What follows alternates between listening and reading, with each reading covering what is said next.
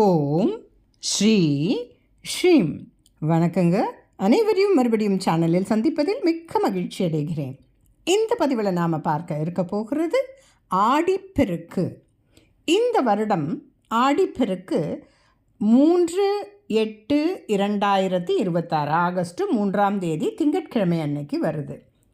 ஒவ்வொரு வருடமும் வருகிற ஆடி மாதத்தினுடைய 18ஆம் நாள் தான் நாம் ஆடி 18ஆம் பெருக்கு என்றும் ஆடிப்பெருக்கு அப்படின்னும் நாம் சொல்கிறோம். காவிரி அன்னையனுடைய ஒரு பெரிய திருவிழா, பெருந்திருவிழா. பெருக்கு அப்படின்னு சொன்னால் பெருகி வர்றது, அப்படியே தண்ணி பெருகி பொங்கி பொங்கி வர்றது தான் இந்த ஆடிப்பெருக்கனுடைய தாத்பரியம். அதாவது நம்ம ஏதாவது ஒரு விஷயம் அன்றைக்கி செய்கிறோம்னா அது ரொம்ப பெருகி வரும், மல்டிப்ளை ஆகும் அப்படின்னு சொல்லுவாங்க நல்ல விஷயங்களுக்கு. அதனால் அன்றைக்கி மாங்கல்ய சரடு புதுசாக மாற்றிக்கிறது, புதுமண தம்பதிகளுக்கு அந்த தாலி கயிறெல்லாம் பெருக்குவாங்கன்னு சொல்லுவாங்களே, தாலி பெருக்கி போடுறது, அது மாதிரி எல்லாம் நிறைய அன்றைக்கி செய்வாங்க. கன்னி பெண்களுக்கு நம்ம இந்த வரலட்சுமி நோன்பு சரடு மாதிரியெல்லாம் இருக்கிற மாதிரியெல்லாம் கூட அவங்க கட்டிப்பாங்க. புதுமண தம்பதிகள் அந்த மாலைகள்லாம் இருக்கும் இல்லையா, திருமண வைபவம் முடிந்த மாலைகள்லாம், அது சில நேர் பார்த்திங்கனாக்கா அவங்க கிட்டத்தட்ட ஒரு வருடம் கூட அதை வச்சு அடுத்த ஆடிக்கு கூட அந்த தண்ணியில் அதை கொண்டு போய் விடுவாங்க. டெல்டா பகுதியில் இது ரொம்ப பிரசித்தி. எல்லா இடத்துலையுமே நம்ம இதை செய்யலாம், டெல்டாக்கு மட்டும்ட்டுன்னு கிடையாது. காவிரி பாய்கின்ற இடங்கள் எல்லாமே பார்த்திங்கன்னா பெண்கள்லாம் அந்த படித்துறைன்னு ஒன்று இருக்கும். கிட்டத்தட்ட பார்த்திங்கன்னா ஒரு 18 படி இருக்கும் அந்த இடத்துக்கு. அந்த இதில் இறங்கி போய் நீருக்கு நம்ம பூஜை செய்கிற மாதிரியான வசதிகள்லாம் நமக்கு தொன்று செய்து கொண்டு இருக்கிறாங்க. அந்த பூஜைகளை எல்லாம் இப்போ நடக்கும். ஒரு பெரிய வாழை இலை, நுனி இலை, தலை வாழை இலைன்னு சொல்லுவாங்க இல்லையா, அதில் வகை வகையான பழங்கள்லாம் வச்சுட்டு வெற்றிலை, பாக்கு, பூவு, தேங்காய், புது சரடு நம்ம திருமாங்கல்ய சரடு தாலி அழிந்துக்கிறோம் இல்லையா, பெரியவங்க கட்டுற மாதிரியும் இருக்கும், அந்த சின்ன சின்ன நம்ம லக்ஷ்மி நோம்பு சரடு மாதிரிகளாகவும் இருக்கும். அந்த மாதிரியெல்லாம் வச்சு நிறைய சித்திரான்னங்கள்லாம் வச்சு புதிய தம்பதிகள் அந்த மாலையெல்லாம் விடுவாங்க.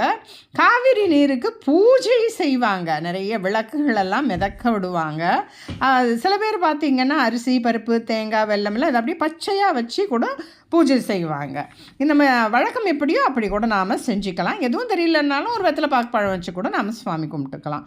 காவிரி பாய்கின்ற இந்த டெல்டா பகுதியில் ரொம்ப சிறப்பாக இந்த பூஜை நடக்குங்க. காலையிலேருந்தே நடக்கும் இதெல்லாம். உங்களுக்கு நமக்கு அப்படி ஒரு வாய்ப்பு இல்லை. நாங்கள் அந்த காவிரி அன்னை பக்கத்தில் இல்லை, காவிரி அன்னைன்ட்டு இல்லை. உங்களுக்கு வைகை ஆற்றுலேயும் நடக்கும், ஆற்றங்கரை, குளக்கரை, அப்புறம் கிணறு, டேங்க்கு. நம்ம வீட்டில் இல்லைன்னா கிச்சனில் எங்கே குழா இருக்கோ அங்கே கூட அதை கூட நம்ம கங்காதேவி, காவேரி மாதாவாக நினச்சி கூட நம்ம பூஜைகளை நம்ம பண்ணலாம். எங்கே வேணாலும் நம்ம பண்ணலாம். அந்த பைப்புக்கு ஒரு மஞ்சள் குங்குமம் வச்சுட்டு அந்த தண்ணியை திறந்து விட்டுட்டு நாம் பூஜை கூட செஞ்சுக்கலாம். இந்த 18ஆம் பெருக்கு பார்த்திங்கன்னா இந்த 18 படிகள்லாம் இருக்கும், படித்துறைன்னு இருக்கும். உங்களுக்கு மதுரையில் இருக்கும். உங்களுக்கு அந்த வைகை ஆற்று இது பக்கம், திருச்சியில் அம்மா மண்டபம், ஸ்ரீரங்கத்தில், அதே மாதிரி பவானியில் கூடுதுறையில் இருக்கும், மாயவரம், தஞ்சை, கும்பகோணம், இந்த மாதிரி எல்லாம் அந்த ஒரு சிறப்பான இடம் இருக்கும். அதுக்குன்னு ஒரு தனி இடம். அங்கே இந்த 18 படிகள்லாம் இருக்கும். இந்த 18 அப்படிங்கிற ஒரு எண் பார்த்திங்கன்னா ரொம்ப ஒரு நிறைவான எண் அப்படின்னும் சொல்லப்படுகிறது. சரி, இதெல்லாம் பார்த்திங்கன்னா நமக்கு பழைய காலத்தில் சிலப்பதிகாரத்தில் இதை பற்றி நிறைய குறிப்புகள் உண்டு.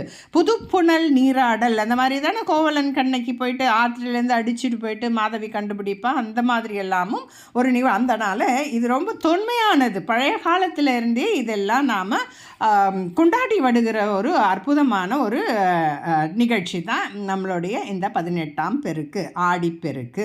இதில் பற்றி புராண நிகழ்வு என்ன அப்படின்னு பார்த்திங்கன்னா, அகத்திய மாமுனிவர் இருக்கிறார் இல்லையா, அவர் கமண்டலத்தில் வச்சிருக்கிறாரு தீர்த்தமாக ஒரு நதியை வச்சிருக்கிறாரு. அந்த கமண்டலத்தை காக்கை வேறு யாரும் இல்லை, விநாயகர் காகத்தின் ரூபமாக காக்கை அந்த கமண்டலத்தை கவிழ்க்க விரித்த காவிரி அப்படி, அதாவது காகம் விரித்த அப்படின்னா காகம் அதை ஓடச் செய்யுது இல்லையா, கமண்டலத்திலேருந்து அதை கொட்டுது. அதனால் அது காவிரி ஆனால். எப்படி பார்த்திங்கன்னா, அகத்தியரின் கமண்டலத்தை காக்கை கவிழ்க்க விரித்த காவிரி ஆனாள். அவளுக்கு பொன்னி நதி அப்படின்ற மற்றொரு பெயரும் உண்டு. அதே போல் ஸ்ரீ ராமபிரான் ராவணனோட யுத்தம் புரிகிறாரு. அப்போ ஒரு பிராமணெல்லாம் கொல்ல வேண்டியது இருக்குது இல்லையா, அது ஒரு ஹத்தி தோஷமாக மாறுறதுனால அந்த தோஷம் நீங்க காவிரியில் ஒரு புனித நீராடியதாகவும் ஒரு வரலாற்று குறிப்பும் நமக்கு உண்டு. சரி, நாம் இதை எப்படி செய்யலாம், என்ன செய்யலாம், எப்படியெல்லாம் கொண்டாடலாம்னு பார்க்கலாம். ரொம்ப எளிமையாக என்ன பண்ணலாம்? அதிகாலை நீராடி நீர் பூசி, அதாவது அன்னைக்கு காலையில் எழுந்து, இதில் இன்னொரு முக்கியமான இது எப்படின்னா, நீராடி நீர் பூசின்னா காவேரி நதியில் போய் குளிக்கிற வாய்ப்பு இருக்கிறவங்க ரொம்ப சிறப்பு. அங்கே போய் நாம் நீராடிட்டு கூட நாம் புத்தாடை உடுத்துவது ரொம்ப சிறப்பு. ஏன்னா அன்றைக்கி நாம் செய்கின்ற நல்ல செயல்கள் எல்லாம் பன்மடங்காக பெருகும். பொதுவாக ஒன்று விசேஷம்னா நாம் புத்தாடை அணிவது சிறப்பு. இல்லைனாலும் தூய்மையான ஆடைகளை நாம் அறிந்து கொள்ளலாம். புது நுனி வாழை இலை அன்னைக்கு பறித்து அதில் சித்திரான்னங்கள், இந்த கலந்த சாதம் அப்படின்னு சொல்லுவாங்க இல்லையா, தேங்காய் சாதம், சக்கரை பொங்கல், தயிர் சாதம், எலுமிச்சை சாதம், புளி சாதம், இது மாதிரிலாம் இருக்கு இல்லையா, அந்த மாதிரி வச்சுக்கலாம். அதுக்கப்புறமா மஞ்சள், குங்குமம், பழ வகைகள், தேங்காய், வெத்தலை, பாக்கு, அப்புறம் மாவிளக்கு போடுவாங்க சில பேர் அன்னைக்கு. அதுக்கப்புறமா இல்லையா சில பேர் காமாட்சி விளக்கு கூட ஏற்றிடுவாங்க. அப்புறம் இந்த அம்பாளுக்கு நம்ம காவிரி தாய்க்கு அந்த நதியிலேயே விடுவாங்க மஞ்சள், குங்குமம், காதோலை, கருகமணி, அந்த மாதிரியெல்லாம். கன்னி பெண்கள் இந்த பூஜைகளை எல்லாம் இது பண்ணாங்கன்னா நல்ல கணவன் அமைவாங்க அப்படின்றதும் ஒரு இது உண்டு. அதே போல் புத்தாடை கூட காவிரி தாய்க்கு கொடுப்பாங்க. அதாவது ஒரு ப்ளவுஸ் பிட் மாதிரி ரவிக்கை துணியை கூட அதில் போட்டு மிதக்க விடுவாங்க. ஒரு இது மாதிரி போட்டு அது போட்டு அனுப்பி விடுவாங்க. அதில் எல்லாமே அந்த தண்ணியில் விடுவாங்க. இந்த ஆற்றங்கரையில் உணவு எல்லாம் எடுத்துகிட்டு போயிட்டு இந்த பூஜையெல்லாம் முடிச்சுட்டு பெரியவங்க கையினால் சரடு கட்டிக்குவாங்க. ஒருத்தர் ஒரு சரடு தான் கட்டிக்கணும் அப்படின்னுலாம் இல்லை. அங்கே பூஜை பண்ணுறவங்க சில பேர் கேட்டு கூட தெரிஞ்சவங்களோ யாராக இருந்தாலும் சில பேர் பார்த்திங்கன்னா ஒரு 3 நாளுன்னு நிறைய கூட கட்டிக்கிட்டு இருப்பாங்க. ஆனால் பெரியவங்க சின்னவங்களுக்கு கட்டி விடுவாங்க. யாருக்கு வேணும்னாலும் அந்த மாதிரி கட்டுவாங்க. அதே மாதிரி இந்த முக்கியமாக பார்த்திங்கன்னா ஒரு சில இடங்களில் நம்ம சொல்லலாம், இந்த முக்கூடல் திரிவேணி சங்கமம்னு சொல்லுவாங்க இல்லையா, பவானி, கூடுதுறை, அப்புறம் மீனாட்சி அம்மன் கோயிலில் ரொம்ப சிறப்பாக நடக்கும். ஸ்ரீரங்கம் ரங்கநாதர் அம்மா மண்டபத்துக்கிட்ட பார்த்திங்கன்னா ரொம்ப நடக்கும். இது மாதிரி கும்பகோணம் ஆதி கும்பேஸ்வரர் கோயிலெலாம் நிறைய தேவார பாடல்கள்லாம் பாட்டி அது ரொம்ப சிறப்பாக அங்கே நடக்கும். அதே மாதிரி மாயவரம் அந்த படித்துறைன்னு இருக்கும், அங்கே நடக்கும். மகாமக குளம் இருக்குது, அங்கேயும் இந்த மாதிரி விசேஷங்கள் எல்லாம் நிறைய நடக்குங்க.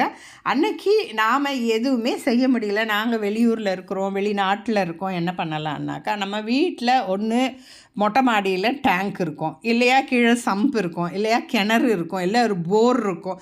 எதுவுமே இல்லைனாலும் வீட்டுக்குள்ளே ஒரு கிச்சனில் ஒரு குழா இருக்கும். அந்த குழாவை நம்ம அதுவே காவிரி தாயாக பாவிச்சு ஒரு மஞ்சள் குங்குமம் வச்சு அதுக்கு ஒரு பூ சாத்திட்டு நம்ம வெத்தலை பாக்கு பழமெல்லாம் வச்சுட்டு ஒரு தீபாராதனையை காமிச்சிட்டு நம்ம பூஜை ரூம்லேயும் பூஜை பண்ணிக்கலாம். இல்லைன்னா ஒரு பவுலில் ஒரு பஞ்சபாத்திரத்தில் ஒரு தீர்த்தம் வச்சு அந்த தீர்த்தத்துக்கு மஞ்சள் குங்குமமெல்லாம் வச்சு ஒரு கலசம் மாதிரி வச்சு கூட நீங்கள் பண்ணலாம். எப்படி முடியுமோ அவங்கவுங்க விசேஷமாக நீங்கள் எப்படி பண்ணுறீங்களோ. சில பேர் வழக்கம்னு ஒன்று இருக்கும், அப்படியும் நீங்கள் செஞ்சுக்கலாம். அங்கெல்லாம் போக முடியும். செஞ்சுட்டு நீங்கள் அந்த சரடெல்லாம் நீங்கள் போடுறது செய்கிறது அதெல்லாம் செஞ்சுக்கலாம். இந்த சரடு அணிவறதற்குன்னு ஒரு முக்கியமான நேரம், அந்த டைமை மட்டும் நீங்கள் நோட் பண்ணிக்கலாம். அன்றைக்கி பார்த்தீங்கன்னாக்கா ஆகஸ்ட் 3ஆம் தேதி காலையில் 7:45 8:45 வரைக்கும் நல்லா இருக்குது. மதியம் அதாவது மாலையில் பார்த்தீங்கன்னா 3:15 மாலை 4:15 வரைக்கும் நல்லா இருக்குது. அந்த நேரத்தில் நீங்கள் இந்த சரடு அணிகிறது அன்றைக்கி பார்த்தீங்கன்னா அந்த தாலி பெருக்கி போடுவாங்க, அந்த உருக்கள்லாம் சேர்ப்பாங்க இல்லையா, அந்த எக்ஸ்ட்ரா இதெல்லாம் தாலியை தவிர மற்ற அந்த குண்டு, மகாலட்சுமி பொட்டு, அந்த மாங்காய், வாழை சீப்பு, அந்த மாதிரி நிறைய விசேஷங்கள் இருக்குது. அதையெல்லாம் சேர்த்துக்குவாங்க. சில பேர் சரடில் இருந்திருப்பாங்க, அதிலேருந்து புது செயின் வாங்கி மாற்றிக்குவாங்க, தங்க சங்கிலி போடுறது. அது எதுவோ அது அந்த நேரத்தில் நம்ம செய்கிறது ரொம்ப சிறப்பு. அப்படி அந்த நேரத்துக்கு உங்களுக்கு செய்கிறதுக்கு கஷ்டமாக இருந்தது அப்படின்னா கூட தயவு செஞ்சு காலையில் 7:30 9 அந்த ராவு காலம், யமகண்டம், இந்த குளிகன், இதையெல்லாம் நீங்கள் தவிர்த்துட்டு மற்ற நேரத்தில் நீங்கள் பார்த்து கூட நீங்கள் செய்துக்கலாம். அதே மாதிரி ஹோரைகள்னு சில தவிர்க்கப்படக்கூடிய ஹோரைகளும் இருக்குது உங்களுக்கு.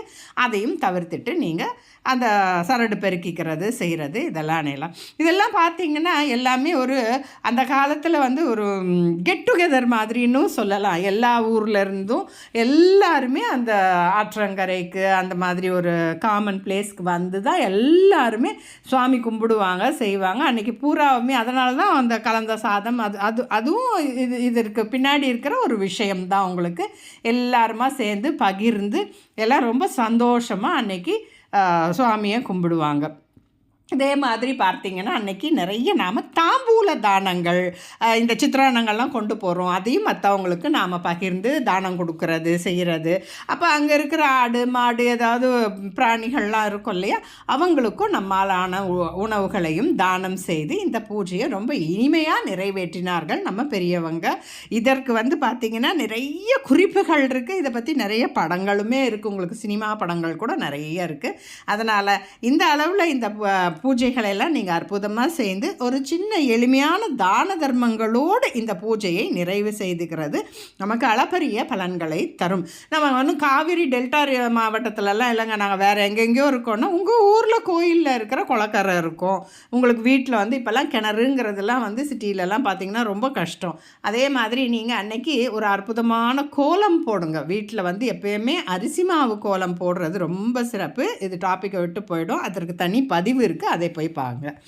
அந்த மாதிரி அம்பாளுக்கு பிடித்தமான வாசனையான மலர்கள் எல்லாம் சாத்தி எல்லா பெண்களுமே ரொம்ப சௌக்கியமாக சந்தோஷமாக இந்த விரதத்தை நீங்கள் கொண்டாடலாம். காதோலை கருகமணி ஆற்றில் வந்து மஞ்சள் குங்குமம் இதையெல்லாம் பூவோடு சேர்த்து காவிரி அன்னைக்கு அர்ப்பணிக்கிற மாதிரி அதை விடுங்க.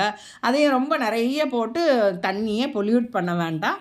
அது ஒரு அளவாக நமக்கு வந்து அந்த தொன்னையோ எதுலேயோ வந்து கொஞ்சம் நேரம் இந்த வாழை மட்டையில் வைக்கலாம். அந்த மாதிரி வச்சு சாயந்தரத்தில் ரொம்ப அழகாக இருக்கும். இதெல்லாம் மாலை வேளையில் பார்க்குறதுக்கு எல்லாருமே ரொம்ப சந்தோஷமாக இதை கொண்டாடுங்கள். இத்துடன் இதை நிறைவு செய்து கொள்கிறேன். எதுவும் என்னுடையதல்ல, அனைத்தும் உன்னுடையதே. அருளாலா அருணாச்சலா. ஓம். இந்த பதிவுகள்லாம் உங்களுக்கு பிடித்திருந்தால் கட்டாயம் லைக் செய்யவும், ஷேர் செய்யவும், சப்ஸ்கிரைப் செய்யவும் மறந்து விடாதீர்கள். மற்றொரு பதிவில் உங்களை சந்திக்கிறேன். இந்த அற்புதமான நாள் அன்னைக்கு ஆடி 18ஆம் பெருக்கு நல்வாழ்த்துக்களை தெரிவித்துக் கொள்கிறேன். நன்றி. மீண்டும் சந்திப்போம்.